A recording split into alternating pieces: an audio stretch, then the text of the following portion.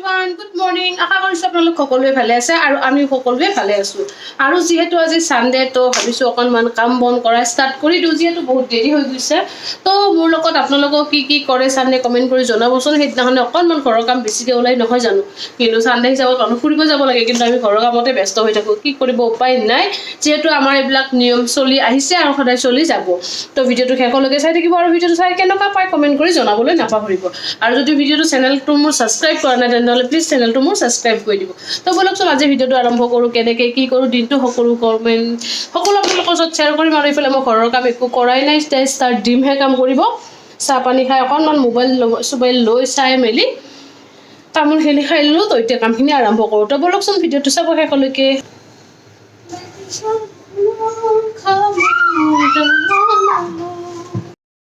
ইফালে মই ঘৰৰ কামবিলাক কৰিব লৈছোঁ যিহেতু দেওবাৰ বুলি ক'লোৱে কাম অকণমান বেছিয়ে হৈ যায়। আৰু লগতে আমাৰ মাইকী মানুহখিনি বেলেগ কিবা কৰক নকৰক আমাৰ ঘৰৰ দায়িত্বটো আমি পালন কৰিবই লাগিব। আৰু এইটো বস্তু অৱশ্যে বেয়া লগা নহয় বা কোনো দাবী ধমকি নহয়, এইখিনি আমাৰ দায়িত্ব বুলি ভাবোঁ। আৰু লগতে কাম কৰি কিনেও ভাল লাগে। এইখিনি নিজৰ ঘৰখন ভালকৈ সজাই পৰাই চাফা চিকুণ কৰি ৰাখিবৰ কাৰণে কাৰোঁ মন নাযায়। সকলো মাইকী মানুহ বা ছোৱালী মানুহৰে সেইখিনি এটা চখ থাকে আৰু চখ থাকিবও লাগে। কাৰণ যদি চখ নাথাকে তেন্তে কিবা ঘৰখন যেন নালাগে।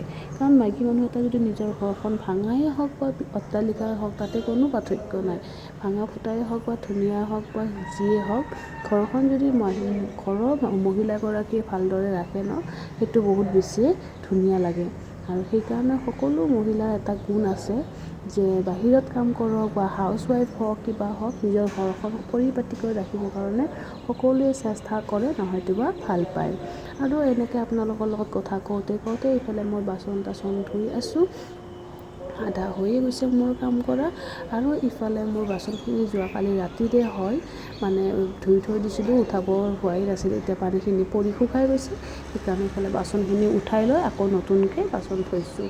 নহ'লে আগৰ বাচনখিনি ভিজি যায় আকৌ একেই হৈ যায়।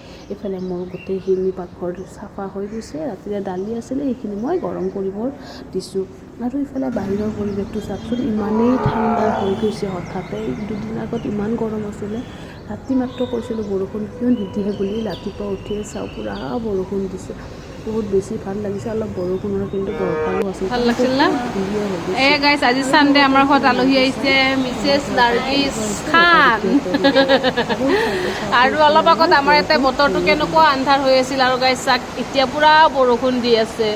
মই একদম সঁচা কথা কৈছোঁ নাৰ্গিছ, মই মানে কালি কৈ আছোঁ নহয় অলপ বৰষুণ দিলে ভাল আছিল। ৰাতি কেনেকুৱা বতাহ দিছিল ন, মা উৰাই দি পুৰা কিবা ঘূৰণীয়া বতাহ যেন লাগছে। আৰু যোৱা ৰাতি ইমান বতাহ দিছে কিন্তু বৰষুণ কম দিছিল। ঠাণ্ডা আৰু যোৱা ৰাতি বহুত বতাহ দিছিলে। ক'ত বতাহ দিছে আপোনালোকে কমেণ্ট কৰি জনাবচোন। আমাৰ গুৱাহাটীত কিন্তু বহুত বৰষুণ দিছে আমাৰ গুৱাহাটীত।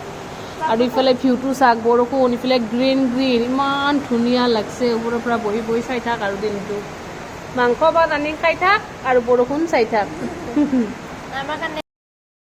আৰু এইফালে দিনটো যিহেতু ক'তো যোৱা নগ'ল, চাওঁতে যাম ভাবোঁতে পুৰা 5টা বাজি গ'ল। বৰষুণ কমাৰ কোনো নামেই লোৱা নাই। তথাপিতো সন্ধিয়া ৰাতিপুৱা অলপ মানে ইহঁতৰ দুটাকো পঢ়াবৰ কাৰণে লৈছোঁ। যিহেতু সন্ধিয়া টাইমটো অকণমান নিয়ম নকৰিলে অভ্যাসটো থাকি নাযায়। আৰু আজিকালি ল'ৰা ছোৱালীবিলাকক দেখিছেনে মাক বাপেকে লগত পঢ়াব বহিব লাগে। আমাক কিন্তু তেনেকুৱা নাছিলে, অকলেই পঢ়িছিলোঁ আমি। ইফালে গাইজ পঢ়া শুনা কৰিলোঁ, সিহঁতক পঢ়াইছোঁ। আৰু আহি গৈছে আমাৰ মহাশয়জন। মহাশয় আহি গৈছে।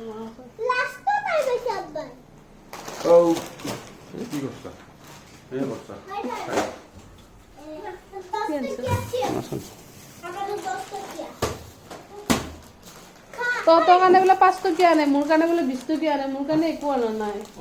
তাই খাব পপকৰ্ণ, মই পপকৰ্ণ নাখাওঁ। ফুলে আনিছে গাইজ আমাৰ ভেন্দি, বেঙেনা। ডাঙৰ বেঙেনাটো আনিব দিছিলোঁ।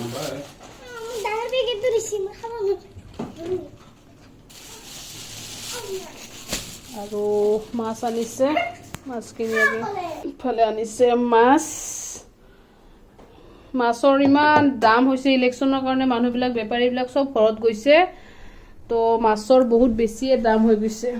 কিমানকৈ কিলো 350 400 এনেকুৱা মাছৰ দাম নাইও চাগে মাছ ন এই কালি দিনটো চব ঘৰত গৈছে মানুহবিলাক তো এইফালে আহি গৈছে মানুহজন আৰু আজি চানডে ব্লগ বুলি বৰষুণতে গুচি গ'ল এঠাইত যাম বুলি ভাবিছিলোঁ তাতেও যোৱা নহ'ল বৰষুণৰ কাৰণে গোটেই দিনটো আজি বৰষুণ টোপনি মাৰিলোঁ উঠিলোঁ সিহঁতক অলপ পঢ়া শুনা কৰিলোঁ ইফালে মানুহজন আহিল এতিয়া বাজে ৰাতি 9টা ভাত বনোৱাই নাই মাছ আনিছে ভাত চাত বনাওঁ খাওঁ লওঁ থৈ দিয়া ফ্ৰিজত থৈ দিয়া একেলগে ৰাতি গোটেই ৰাতি কাঢ়া গোটেই ৰাতি কাঢ়ি যা তো আজি ভিডিঅ'টো ইয়াতে শেষ কৰোঁ যদি ভিডিঅ'টো চাই ভাল পালে লাইক কমেণ্ট কৰি দিব আৰু কেনেকুৱা পালে জনাবলৈ নাপাহৰিব যদি চেনেলটো মোৰ ছাবস্ক্ৰাইব কৰা নাই তেন্তে ছাবস্ক্ৰাইব কৰি দিব ইফালে দুটাই পুৰা ব্যস্ত